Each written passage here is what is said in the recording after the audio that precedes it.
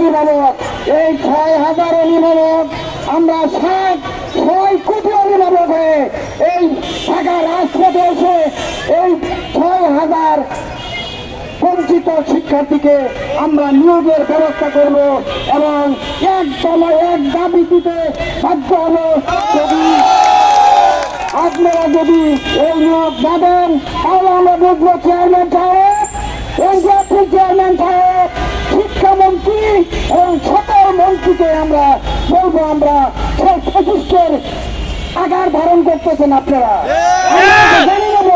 কারণ এখন আর পশ্চিমের শিকার আমরা মেনে নেব না। বাংলাদেশ এখন আর পশ্চিম নয়।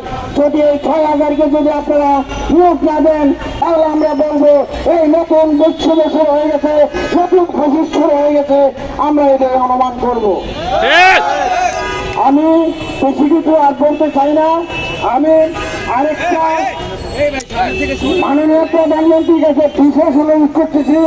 আপনি বলেছেন শিক্ষা খাতে কোনো অনিয়ম থাকবে না, শিক্ষা খাতে কোনো দুর্নীতি থাকবে না, শিক্ষা খাতে কোনো অবহেলা থাকবে না। আপনার মুখের দিকে তাকাই আছে এই 6,000 যোগ্য প্রার্থী। আপনি অবিলম্বে, আপনি সরাসরি না করলেও আপনার মন্ত্রণালয়কে, আপনার শিক্ষা মন্ত্রণালয়কে, আপনার চেয়ারম্যানকে অতি তাড়াতাড়ি, অতি সত্বর আপনি তাদের নোটিশের মাধ্যমে জানিয়ে দেন এবং আমার এই 6,000 সন্তানকে চাকরি দেওয়ার ব্যবস্থা করুন। আর বেশি কিছু না বলে আমি সবাইকে সুস্বাস্থ্য কামনা করে আমার বঞ্চিত শিক্ষার্থীদের